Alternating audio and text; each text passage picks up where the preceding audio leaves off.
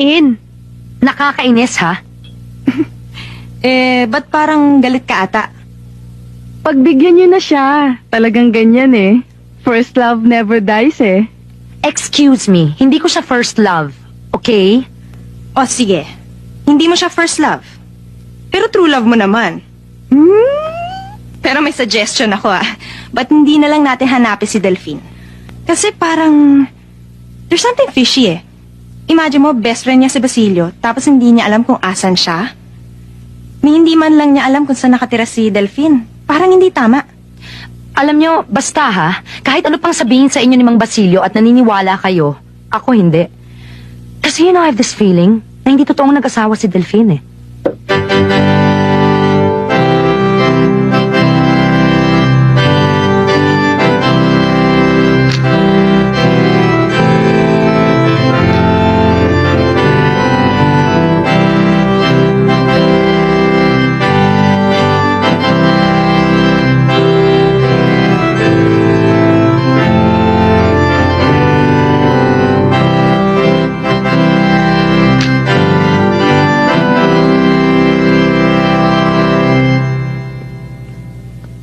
At sa inyo mga kapatid na natitipon ngayon, kung mayroon mang isa sa inyo na tumututol sa pag-iisang dibdib ni na Delphine at Virginia, binibigyan kayo ng pagkakataon na magsalita at magpahayag ng inyong hindi pagsang-ayon. Meron bang tumututol? Ako, tumututol ako! Itigil ang kasalang ito! Ako lang ang may karapatan sa lalaking yan! Kaya tumututol ako! Tumututol siya! Delphine, sino yung babae niyan? Siya si Georgia.